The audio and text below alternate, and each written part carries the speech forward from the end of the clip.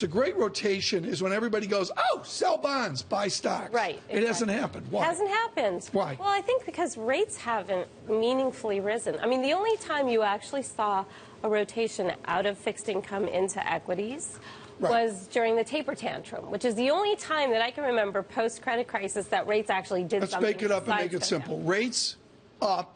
Prices down. I'm losing money in bonds. I got to go to stocks. You are a quant. When will this occur? So, I mean, you know, making the rates call is a tough one, but I think the point is that we're still at a point where your average individual investor, I think, is still over allocated to fixed income and under allocated to equities. So, if you look at flows into fixed income and equities, money has flown much more kind of freely and much more violently into bonds than it has into equities. We've only seen this sort of nascent bid on stocks. And, you know, what's even more interesting to me is that what investors are buying in the stock market are the most bond-like stocks they can find. Right.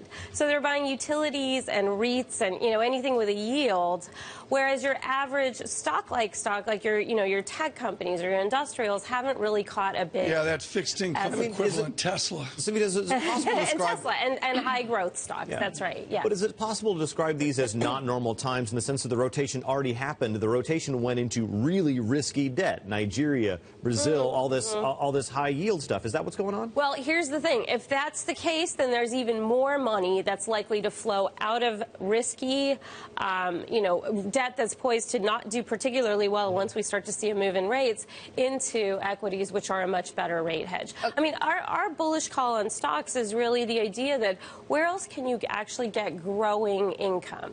You can't get it from... Savita, the reason everybody's piling into fixed income is because they're assuming that we are at the front end of a rate hike cycle, and that's the place to be. When rates tighten up, you want to be in fixed income. Well, I mean, I think we should wait until they've actually tightened, because you don't want to be there along the way as rates are rising, because that puts some but the hard, and let's go to your your quantitative analysis here. The great call is that dividend growth and share buybacks will end.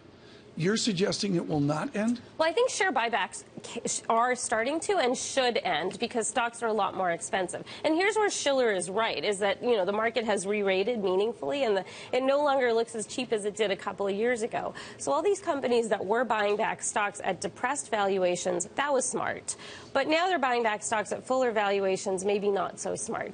The thing that I think is kind of surprising is that the payout ratio for the S&P, the amount of earnings that companies are paying as a dividend is at almost a century low. Can we get, Lauren, can we get a Savita and Shiller hour?